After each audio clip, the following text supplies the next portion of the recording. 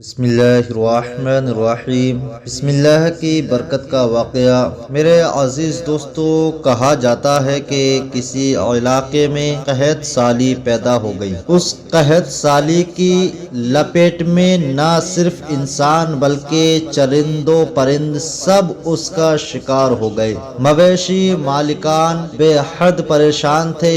اس دوران ایک مسجد کے مولوی نے جمعہ کے خطبے میں نہایت یقین کے ساتھ یہ بات بتائی کہ اللہ کا نام لے کر یعنی بسم اللہ پڑھ کر دریا کو حکم دیا جائے تو وہ بھی نافرمانی نہیں کرتا۔ خطبہ سننے والوں میں ایک چرواہا بھی موجود تھا۔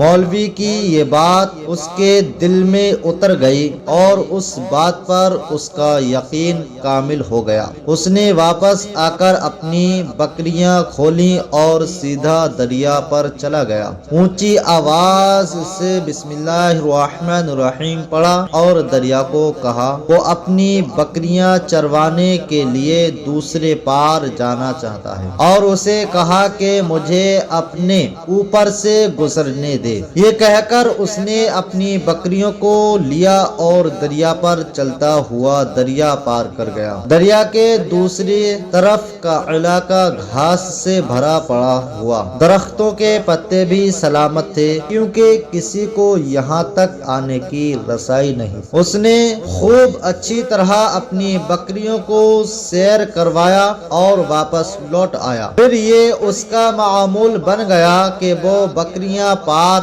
چھوڑ کر واپس آ جاتا اور شام کو جا کر بکریاں واپس لے آتا۔ اس کی بکریوں کا وزن دگنا چوگنا ہو گیا۔ لوگ چونک گئے اور اس سے پوچھا کہ وہ اپنی بکریوں کو کیا کھلاتا ہے۔ وہ سیدھا سادھا اور صاف دل نوجوان تھا۔ اس نے صاف صاف بات بتا دی کہ جناب میں تو بسم اللہ الرحمن الرحیم پڑھ کر دریا پر چل کر اپنی بکریاں دوسری طرف چروانے لے جاتا ہوں۔ یہ بات سب نے سنی مگر کسی نے اس چرواہے کی بات پر یقین نہیں کیا کیونکہ یہ ناقابل یقین بات تھی، مگر بات ہوتے ہوتے مولوی صاحب کے پاس پہنچ گئی۔ مولوی صاحب نے اس چرواہے کو بلایا اور سارا ماجرا پوچھا۔ اس چرواہے نے مولوی صاحب کو ہی حوالہ بنا لیا کہ مولوی صاحب میں تو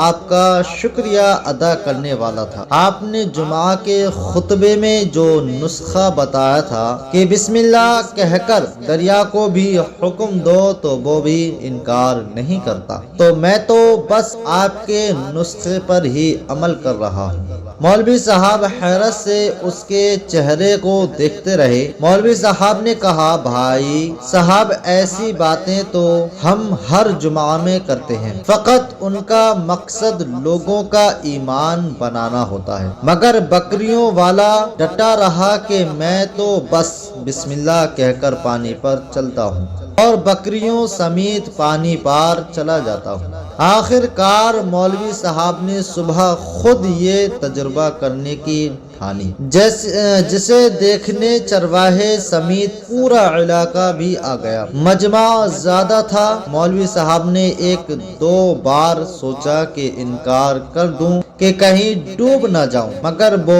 جو مولوی صاحب کو کندھے پر اٹھا کر لائے تھے اب بھی جوش و خروش سے بسم اللہ، خروش سے اللہ اکبر کے نعرے لگا رہے تھے اور مولوی صاحب کے حق میں تعریفیں کر رہے تھے۔ آخر کار مولوی صاحب نے اپنے ڈر کو دور کرنے کے لیے ایک رسہ منگوایا۔ پہلے اسے ایک درخت کے ساتھ باندھا، پھر اپنی کمر کے ساتھ باندھا، پھر ڈرتے ڈرتے ڈھیلا ڈھالا بسم اللہ پڑھا اور دریا پار چلنا شروع ہو گئے، مگر پہلا پاؤں ہی رکھا تھا کہ پانی میں گر گئے۔ مولوی صاحب ڈبکیاں کھانے لگے اور پانی کے